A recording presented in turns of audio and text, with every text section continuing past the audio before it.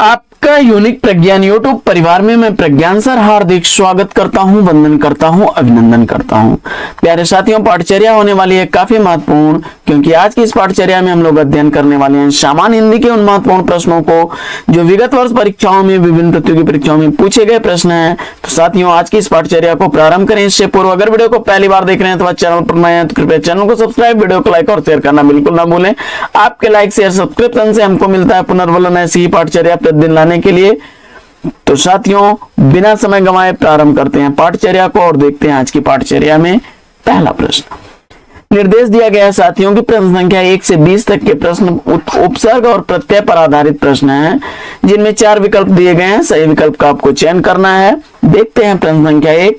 प्रश्न संख्या 1 है कि वर्णों के उस समूह को जिससे कोई निश्चित अर्थ निकलता हो क्या कहा जाता है? तो वो भैया शब्द कहा जाता है। विकल्प ए इस प्रश्न का बिल्कुल सही जवाब। अगला प्रश्न है कि निम्नलिखित में प्रत्यय युक्त शब्द कौन सा नहीं है? तो जवाब हो जाएगा विकल्प बी, भाषा। प्रश्न संख्या 3। प्रश्न संख्या 3 है कि इक प्रत्यय से बना हुआ शब्द कौन सा है? तो इक प्रत्यय से बना हुआ शब्द आपको बताना है। हरियाणा टेट एग्जाम 2013 का पूछा गया प्रश्न है। आपने जवाब में अवैतनिक विकल्प सी को चुना, तो बिल्कुल सही जवाब के साथ हैं आप। प्रश्न संख्या 4। निम्नलिखित में से प्रत्यय युक्त शब्द कौन सा नहीं है? तो इसमें प्रत्यय युक्त शब्द कौन सा नहीं है इसका आपको जवाब बताना है, और विकल्प में आपने पहला विकल्प सादर चुना, तो बिल्कुल सही जवाब। प्रश्न संख्या 5 है कि निम्नलिखित में से उपसर्ग रहित शब्द आपको बताना है। कौन सा शब्द है जिसमें उपसर्ग नहीं लगा हुआ है? प्रश्न संख्या 5 में आपने विकल्प डी को चुना। सुरेश, बिल्कुल सही जवाब। बीएड एंट्रेंस एग्जाम 2013 का पूछा गया प्रश्न है। निर्वाह शब्द में उपयुक्त उपसर्ग बताना है आपको। तो निर्वाह शब्द में प्रयुक्त उपसर्ग कौन सा होगा? और जवाब में आपने निर चुना, तो बिल्कुल सही जवाब विकल्प सी। प्रश्न संख्या 7 है कि निम्नलिखित में से उपसर्ग रहित शब्द कौन सा है? किस शब्द में उपसर्ग नहीं लगा हुआ है इसका आपको जवाब बताना है। प्रश्न संख्या 7 में राइट आंसर के रूप में आपने सेलेक्ट कर लिया सुरेश को, तो बिल्कुल सही जवाब। अगला प्रश्न है कि निम्नलिखित में से उपसर्ग रहित शब्द कौन सा है? प्रश्न संख्या 8 में राइट आंसर के रूप में आपने जादूगर को चुना, तो विकल्प डी इस प्रश्न का बिल्कुल सही जवाब। अगला प्रश्न है कि किस शब्द में आवा प्रत्यय नहीं है? तो आवा प्रत्यय किसमें नहीं लगा हुआ है यह आपको बताना है। तो इसमें दिखावा में आवा है, चढ़ावा में आवा है, भूलना में आवा है, लावा शब्द विकल्प सी को आपने चुना, तो बिल्कुल सही जवाब। अगला प्रश्न है कि बेइंसाफी में प्रयुक्त उपसर्ग कौन सा होगा? और मुझे उम्मीद है कि इस प्रश्न का जवाब आपने बे चुना होगा, तो विकल्प ए इस प्रश्न का बिल्कुल सही जवाब। प्रश्न संख्या 11। इस शब्द की रचना प्रत्यय से हुई है, इसका आपको जवाब बताना है। प्रत्यय से हुई है किस शब्द की रचना, इसका आपको जवाब बताना है। प्रश्न संख्या 11 का राइट आंसर आपने विकल्प डी चुना, तो बिल्कुल सही जवाब। अगला प्रश्न है कि निर्वाह में प्रयुक्त उपसर्ग क्या होगा? और जवाब में आपने, मुझे उम्मीद है कि विकल्प सी निर को ही चुना होगा। अगला प्रश्न है कि अनुवाद में प्रयुक्त उपसर्ग कौन सा है? रेलवे एग्जाम 2000 का पूछा गया प्रश्न है, और इस प्रश्न का जवाब आपने चयनित कर लिया अनु, तो बिल्कुल सही जवाब। अगला प्रश्न है कि निम्नलिखित पद इक प्रत्यय लगाने से बने, इसमें से कौन सा पद गलत है? प्रश्न संख्या 14 में राइट आंसर के रूप में आपने पाक्षिक सुना, तो बिल्कुल सही जवाब। अगला प्रश्न, चंद्रमा शब्द का पर्यायवाची शब्द क्या बनेगा? चंद्रमा शब्द का पर्यायवाची आपको बताना है। क्षमा करिए, प्रश्न संख्या 14 के बाद बढ़ते हैं अगले प्रश्न की तरफ, और अगला प्रश्न है प्रश्न संख्या 15 कि हिंदी में कृत प्रत्ययों की संख्या कितनी है? तो हिंदी में कृत प्रत्ययों की संख्या आपको बताना है, और जवाब में आपने 28 चुना, तो बिल्कुल सही जवाब। प्रतिकूल शब्द में कौन सा उपसर्ग प्रयुक्त है? तो प्रतिकूल शब्द में उपसर्ग के रूप में आपने प्रति उपसर्ग चुना, तो विकल्प डी इसका बिल्कुल सही जवाब।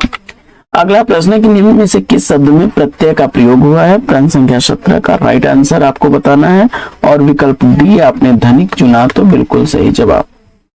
अगला प्रश्न है कि निर्वासित के प्रत्यय हैं, तो निर्वासित में प्रत्यय कौन सा लगा हुआ है? और जवाब के रूप में आपने इत प्रत्यय चुना, तो डी विकल्प बिल्कुल सही जवाब। अगला प्रश्न, अगला प्रश्न है कि सुत शब्द को स्त्रीवाचक बनाने के लिए प्रत्यय का प्रयोग किया जाएगा। तो सुत का स्त्रीलिंग बनाने में सुत का सुता होता है, आ प्रत्यय है, विकल्प 20 का राइट आंसर। अगला प्रश्न है कि कृदंत प्रत्यय किस शब्द के साथ जुड़ते हैं। तो कृदंत प्रत्यय का योग होता है क्रिया के साथ, विकल्प 20 प्रश्न का राइट आंसर है। अगला प्रश्न है कि नीचे दिए गए पर्यायवाची से संबंधित प्रश्नों के 4 विकल्प दिए गए हैं, सही विकल्प का आपको चयन करना है। तो इस प्रश्न का जवाब आपने आकाश का पर्यायवाची सेलेक्ट कर लिया है, कौन सा नहीं है पूछा जा रहा है। प्रश्न संख्या 21 में व्योम नभ अनंत आकाश के पर्याय हैं, तो विकल्प 20 का राइट आंसर है। अगला प्रश्न है कि आकाश का पर्यायवाची शब्द कौन सा है, और इस प्रश्न का जवाब मुझे उम्मीद है कि आपने विकल्प सी को चुना होगा, तो बिल्कुल सही जवाब व्योम। प्रश्न संख्या 23 है कि दिए हुए शब्दों में भिन्न अर्थ वाला शब्द कौन सा है, इसका आपको जवाब बताना है। प्रश्न संख्या 23 में राइट आंसर के रूप में आपने सुधाकर को चुना, तो विकल्प 20 का राइट आंसर है। अगला प्रश्न, फूल का पर्यायवाची शब्द नहीं है, फूल का पर्यायवाची शब्द इसमें से कौन सा नहीं है पूछा जा रहा है। तो सुमन पुष्प और कुसुम तो पुष्प के पर्यायवाची हैं, तनुजा विकल्प 20 का राइट आंसर हो जाएगा। किरण का पर्यायवाची शब्द कौन सा होगा, इसका आपको जवाब बताना है। किरण शब्द का पर्यायवाची आपने प्रभा को चुना, तो विकल्प ए इसका राइट आंसर है। यह चंद्रमा का है, दिनकर रवि ये सूर्य के पर्याय हैं, दिन के पर्याय हैं। अगला प्रश्न है कि विनायक का पर्यायवाची शब्द क्या होगा। प्रश्न संख्या 26 का राइट आंसर आपने गणेश को चुना, बिल्कुल सही जवाब। अगला प्रश्न है कि दांत का पर्यायवाची शब्द कौन सा नहीं है, दांत का पर्यायवाची शब्द कौन सा नहीं है, इसका आपको जवाब बताना है। प्रश्न संख्या 27 का राइट आंसर अगर आपने दड़िम सेलेक्ट किया तो बिल्कुल सही जवाब। अगला प्रश्न, पहाड़ शब्द का पर्यायवाची शब्द कौन सा नहीं है, तो इसका जवाब आपने शैवाल चुना, तो बिल्कुल सही जवाब। अगला प्रश्न है कि चंद्रमा शब्द का पर्यायवाची शब्द इसमें आपको बताना है। चंद्रमा शब्द का पर्यायवाची आपने शशि को चुना, तो विकल्प 20 का राइट आंसर है। अगला प्रश्न है कि शांभवी शब्द का पर्यायवाची शब्द क्या बनेगा। शांभवी शब्द का पर्यायवाची आपने चयनित कर लिया विकल्प ए दुर्गा को, तो बिल्कुल सही जवाब। तीर शब्द का पर्यायवाची शब्द कौन सा नहीं है, इसका आपको जवाब बताना है। तो प्रश्न संख्या 31 में राइट आंसर आपने तार को चुना, तो विकल्प ए इसका राइट आंसर हो जाएगा। सर, नाराज और बाण ये तीर के पर्याय हैं। अनुचर शब्द का पर्यायवाची कौन सा नहीं है, अनुचर शब्द का पर्यायवाची भृत्य, सेवक, चाकर होता है, निर्झर विकल्प 20 का राइट आंसर हो जाएगा। अगला प्रश्न है कि बादल का पर्यायवाची शब्द बताना है आपको। तो बादल का पर्यायवाची शब्द कौन सा होगा, तो जवाब हो जाएगा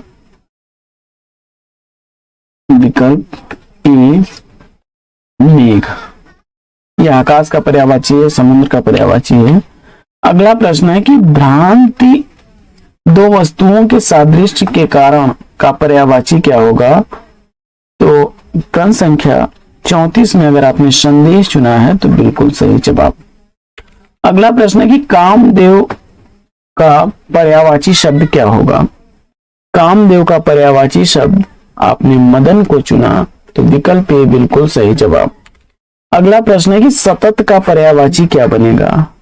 सतत शब्द का पर्यायवाची शब्द आपको बताना है, और इस प्रश्न का जवाब आपने अनवरत चुन करके बिल्कुल सही जवाब दिया। अगला प्रश्न है कि विकसित शब्द का पर्यायवाची शब्द क्या होगा। विकसित शब्द का पर्यायवाची शब्द आपको बताना है। प्रश्न संख्या 37 में राइट शब्द आपने प्रफुल्लित चुना, तो बिल्कुल सही जवाब। अगला प्रश्न है कि हृदयग्राही प्राकृतिक दृश्य का पर्यायवाची क्या होगा, और इस प्रश्न का जवाब आपने मनोरम चुना, तो विकल्प 20 का राइट आंसर है। पत्नी शब्द का पर्यायवाची आपको बताना है। पत्नी शब्द का पर्यायवाची आपने अर्धांगिनी को चुना, तो बिल्कुल सही जवाब। अगला प्रश्न है कि गंगा शब्द का पर्यायवाची क्या बनेगा। गंगा शब्द का पर्यायवाची आपने सेलेक्ट कर लिया है सुर सरिता, तो बिल्कुल सही जवाब। आगे 41 से 60 तक के प्रश्न वाक्यांशों के लिए एक शब्द दिए गए हैं और दिए गए प्रश्नों के 4 विकल्प हैं। सही विकल्प का आपको चयन करना है। प्रश्न संख्या 41 में जो कानून के अनुकूल न हो के लिए एक शब्द क्या बनेगा। तो प्रश्न संख्या 41 का राइट आंसर आपने विकल्प ए को चुना, तो बिल्कुल सही जवाब अवैध। अगला प्रश्न है कि जहां सेना वास करती है, जहां सेना वास करती है उसके लिए एक शब्द आपको बताना है और जवाब में आपने सैन्यवास चुना, तो बिल्कुल सही जवाब। जिसे बुलाया ना गया हो उसके लिए एक शब्द क्या बनेगा, और इस प्रश्न का जवाब आपने सेलेक्ट कर लिया है अनाहुत विकल्प ए को, तो बिल्कुल सही जवाब। अगला प्रश्न है कि वह वस्तु जो नाशवान हो के लिए एक शब्द क्या बनेगा। प्रश्न संख्या 44 का राइट आंसर क्या बनेगा, विकल्प ए नश्वर।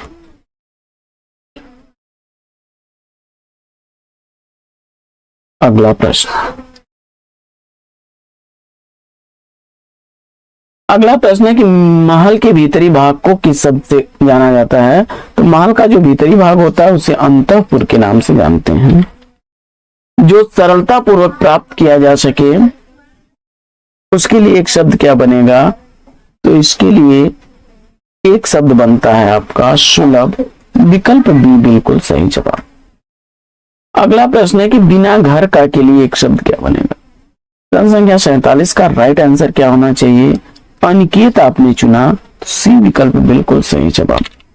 अगला प्रश्न है कि खाद्य सामग्री जो यात्रा के समय रास्ते में उपयोग के लिए दी जाती है उसके लिए एक शब्द क्या बनेगा, और जवाब में आपने पाथेय सेलेक्ट कर लिया, तो विकल्प सी इसका राइट आंसर है। हमेशा रहने वाले के लिए एक शब्द क्या बनेगा, तो जवाब हो जाएगा शाश्वत, विकल्प ए। अगला प्रश्न है कि आधी रात के समय को क्या कहते हैं। तो आधी रात का जो समय होता है वह निशीथ कहलाता है, विकल्प। शरणगुप्त की रचना कौन सी नहीं है, इसका आपको जवाब बताना है। तो अगर इस प्रश्न का उत्तर आपने विकल्प ए, विकल्प सी और विकल्प बी को छोड़ करके प्रिय प्रवास, विकल्प डी का चयन किया जो कि हरिऔध की रचना है, तो बिल्कुल राइट आंसर के साथ में आप। अगला प्रश्न है कि अग्र का विलोम शब्द क्या होगा। अग्र शब्द का विलोम आपको बताना है और अग्र शब्द का विलोम अगर आपने विकल्प सी पश्च चुना है तो राइट आंसर के साथ हैं आप। अगला प्रश्न है कि मेरी जेब में 10 रुपए हैं, वाक्य में प्रयुक्त काल कौन सा है, इसका आपको जवाब बताना है।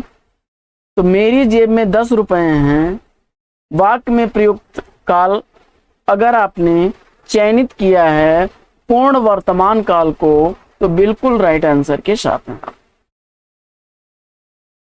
अगला प्रश्न है कि वे, तुम, सम, तुम, उन, सम, स्वामी में अलंकार कौन सा है। तो जैसा कि आप जानते हैं कि जब सी, सा, सम, समता सूचक शब्द का प्रयोग किया जाए वहां पर उपमा अलंकार होता है। विकल्प अगर डी के साथ आप हैं तो बिल्कुल राइट आंसर है आपका। अगला प्रश्न है कि घटा शब्द का बहुवचन रूप क्या होगा। तो घटा शब्द का बहुवचन रूप अगर आपने घटाएं सेलेक्ट किया तो बी विकल्प के साथ बिल्कुल राइट आंसर है आपका।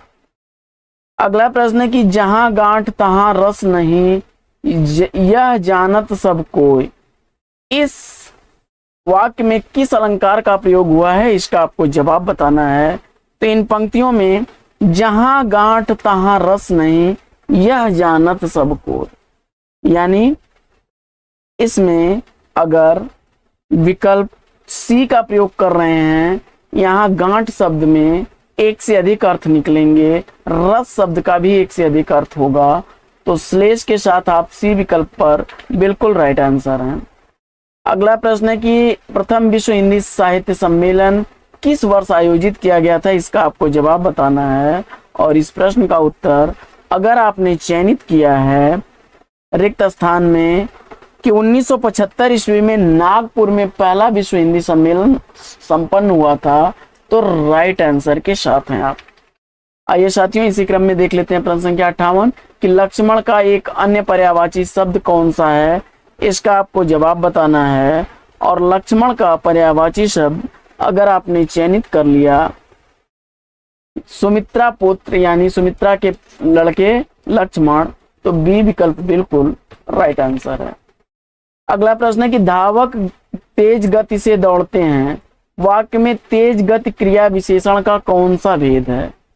तो इस प्रश्न का उत्तर अगर आपने चयनित किया है रीतिवाचक, तो विकल्प ए बिल्कुल सही जवाब। अगला प्रश्न है कि महान का विपरीतार्थक शब्द क्या बनेगा।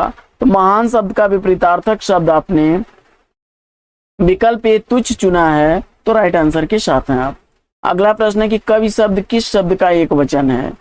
कवि शब्द आपका जो है यह कवि वृंद का एक वचन है। विकल्प बी इसका राइट आंसर है। अगला प्रश्न है कि निम्न विकल्पों में से कौन सा सरोवर का पर्यायवाची नहीं है, पूछा जा रहा है आपसे। और इस प्रश्न का उत्तर अगर आपने चयनित कर लिया विकल्प सी सतदल, तो राइट आंसर के साथ हैं आप। अगला प्रश्न है कि वह महिला बहुत विद्वान है, इस वाक्य में किस प्रकार की अशुद्धि है। तो इसका राइट आंसर क्या बनेगा। यहाँ लिंग संबंधी, महिलाएं विद्वान नहीं विदुषी होती हैं। विकल्प सी इसका राइट आंसर है। अगला प्रश्न है कि अलका सरावगी को उनकी किस रचना के लिए हिंदी साहित्य अकादमी पुरस्कार मिला। इसका आपको राइट आंसर बताना। और प्रश्न संख्या 64 का उत्तर अगर आपने कल कथा बायां बाईपास सेलेक्ट किया है, तो सी विकल्प बिल्कुल राइट आंसर है। प्रश्न संख्या 65 है कि लकीर का फकीर होना मुहावरे का शाब्दिक अर्थ क्या होगा। तो लकीर का फकीर होना मुहावरे का शाब्दिक अर्थ अगर प्रश्न संख्या 65 का आपने चयनित किया, पुरानी परिपाटी पर चलने वाला, विकल्प डी, तो राइट आंसर है आपका। अगला प्रश्न है कि विप्र शब्द का समानार्थी शब्द क्या बनेगा। प्रश्न संख्या 66 का अगर सही जवाब आपने चयनित कर लिया है विप्र का ब्राह्मण, विकल्प सी राइट आंसर है। अगला प्रश्न है कि हिंदी का मानक रूप किस भाषा में विकसित हुआ। तो जो मानकीकरण किया गया है हिंदी का, वह विकल्प ए, विकल्प बी, विकल्प डी को छोड़ करके खड़ी बोली है। खड़ी बोली ही मानक हिंदी है। विकल्प सी बिल्कुल राइट आंसर है। अगला प्रश्न है कि मौसम आज सुहावना सा है। वाक्य में सुहावना शब्द किसका परिचायक शब्द है। तो जवाब इसका अगर आपने चयनित कर लिया विशेषण, तो राइट आंसर है आपका। अगला प्रश्न है कि प, फ, ब, भ, म व्यंजन किस वर्ग में आते हैं। और इसका जवाब आपने, मुझे उम्मीद है कि सही विकल्प बी चुना होगा, ओष्ठ। अगला प्रश्न है कि रस निष्पत्ति के दृष्टि से भक्ति रस का आलंबन निम्नलिखित में से कौन सा नहीं हो सकता। और प्रश्न संख्या 70 का अगर आपने उत्तर चुन लिया विकल्प बी पुत्र, तो यह वात्सल्य के लिए है। भक्ति रस में देवता, गुरुजन और ईश्वर यह आलंबन हो सकते हैं। अगला प्रश्न है कि जिसका शत्रु पैदा ही ना हुआ हो उसके लिए निम्न में से कौन सा शब्द सेलेक्ट किया जाएगा। और प्रश्न संख्या 71 का उत्तर आपने अजात शत्रु सेलेक्ट किया, तो राइट आंसर है। अगला प्रश्न है कि घनिष्ठता शब्द का शुद्ध रूप क्या बनेगा। तो घनिष्ठता, शुद्ध घनिष्ठता शब्द इसमें कौन सा है। प्रश्न संख्या 72 में अगर विकल्प सी आपने चयनित किया, तो बिल्कुल राइट आंसर है। अगला प्रश्न है कि निम्नलिखित जोड़ों में से उत्तम पुरुष वाले जोड़े की पहचान करिए। और प्रश्न संख्या 73 का उत्तर अगर आपने चयनित किया विकल्प ए, तो राइट आंसर है आपका।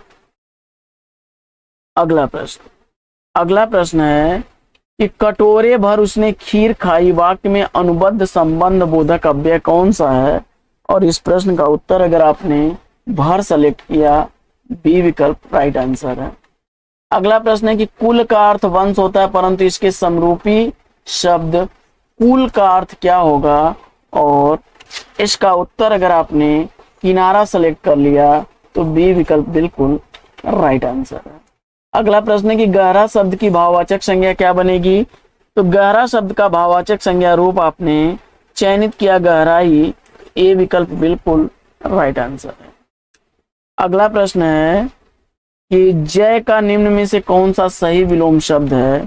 प्रश्न संख्या 77 का अगर राइट आंसर आपने सेलेक्ट किया है विकल्प डी जय का पराजय, तो राइट आंसर है आपका। अगला प्रश्न है कि देशभक्ति में कौन सा समास है। तो देशभक्ति में समास के रूप में आपने तत्पुरुष समास चुना, तो सी विकल्प बिल्कुल सही जवाब है आपका।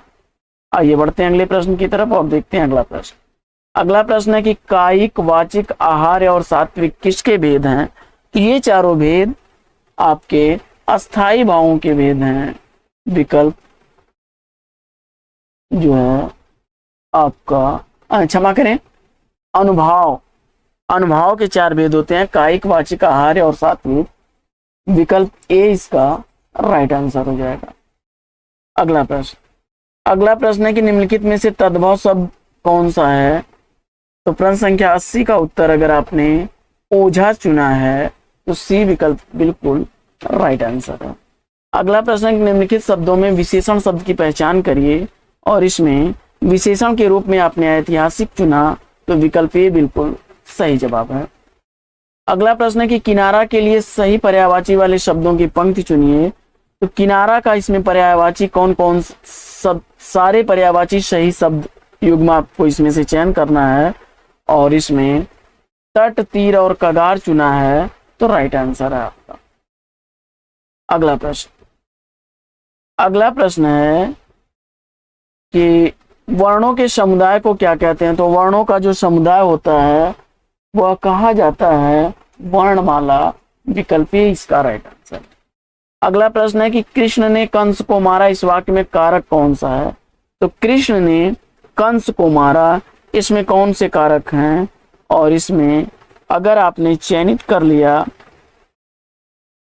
कृष्ण ने कर्ता और कर्म को, यानी कि कर्ता और कर्म दोनों कारक हैं। विकल्प सी इसका राइट आंसर है।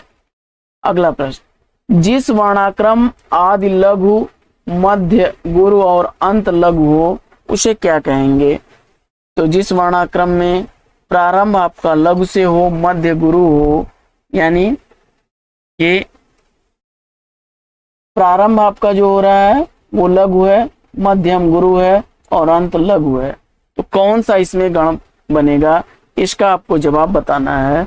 और प्रश्न संख्या 85 का उत्तर अगर आपने यह माता राजभान सलगा, तो राज भान सलगा यही होता है ना, तो ज आपका हो गया, ये गुरु हो गया, और तो यानी आपका कौन सा हो गया जगण। विकल्प बी इसका राइट आंसर हो जाएगा। अगला प्रश्न, महोत्सव का संधि विच्छेद क्या होगा। तो महाधन उत्सव, महोत्सव। विकल्प अगर इसका बी आपने चयनित किया तो राइट आंसर है आपका। अगला प्रश्न है कि कमल कोमल कर से सब प्रतीत, इस पंक्ति में किसका लोप हुआ है। और प्रश्न संख्या 87 का उत्तर आपने वाचक शब्द का चुना, तो ये विकल्प बिल्कुल राइट आंसर है। अगला प्रश्न है कि अपने मुंह मियां मिट्ठू बनना मुहावरे का सही अर्थ निम्न विकल्पों में से कौन सा होगा। तो जवाब इसका हो जाएगा अपनी प्रशंसा स्वयं करना। विकल्प सी इसका राइट आंसर हो जाएगा। अगला प्रश्न है कि परिक्रमा में उपसर्ग क्या बनेगा। तो परिक्रमा में उपसर्ग अगर आपने चयनित कर लिया है परि उपसर्ग, तो डी विकल्प बिल्कुल राइट आंसर है। अगला प्रश्न है कि निम्न में से कौन सा शब्द स्त्रीलिंग है, और इसमें प्रश्न संख्या 90 का स्त्रीलिंग आपने सुंदरता चुना, तो बी विकल्प बिल्कुल राइट आंसर है। अगला प्रश्न है कि निम्नलिखित में से विलोम की दृष्टि से शुद्ध युग्म कौन सा है। तो इसका जवाब हो जाएगा विकल्प ए अल्पज्ञ और बहुअज्ञ। अगला प्रश्न है कि जो पहले कभी ना हुआ हो के लिए एक शब्द क्या बनेगा, निम्न में से उसका आपको चयन करना है। तो इसका जवाब हो जाएगा विकल्प ए अभूतपूर्व। अगला प्रश्न है कि पांव शब्द का तत्सम रूप क्या है। पांव शब्द का तत्सम रूप आपको बताना है और उत्तर में अगर आपने चयनित कर लिया विकल्प ए, तो राइट आंसर है आपका। अगला प्रश्न है कि कौन सी रचना तुलसीदास जी की नहीं है। इसमें दोहावली, रामचरितमानस और कृष्ण गीतावली ये रचनाएं तुलसीदास की हैं, यामा महादेवी वर्मा की रचना है, तो विकल्प डी इसका राइट आंसर है। अगला प्रश्न है कि बच्चा में पन जोड़ने से कौन सा शब्द बनेगा, और बच्चा में पन जोड़ने से अगर आपने बचपन विकल्प डी का चयन किया है तो बिल्कुल सही उत्तर के साथ है। अगला प्रश्न है कि निम्न में से कौन सा शब्द देशज है, और 96 का उत्तर अगर देशज शब्द के रूप में खिड़की चुना विकल्प सी तो राइट आंसर है। अगला प्रश्न है प्रश्न संख्या 97 की इंसानियत का संधि विच्छेद क्या होगा, और इंसानियत शब्द का संधि विच्छेद अगर आपने चयनित किया विकल्प बी इंसान धन यत इंसानियत तो राइट आंसर है।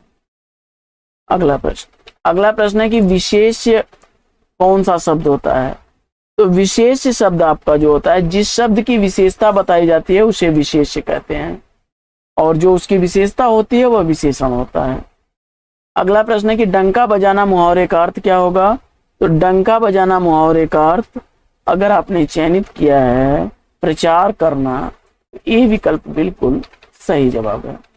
अगला प्रश्न है कि वहां एकांत में बैठकर भोजन करो, रेखांकित पद का भेद बताइए, और प्रश्न संख्या 100 का उत्तर अगर आपने पूर्वकालिक कृदंत विकल्प डी चुना है तो राइट आंसर के साथ हैं आप।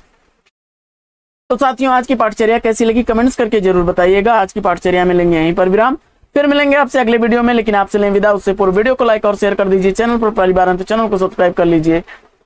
तो फिर मिलते हैं अगले वीडियो में एक नए प्रकरण, एक नए टॉपिक, एक नए अंदाज में। तब तक के लिए बेस्ट विशेष बेस्ट आप लग। जय हिंद साथियों।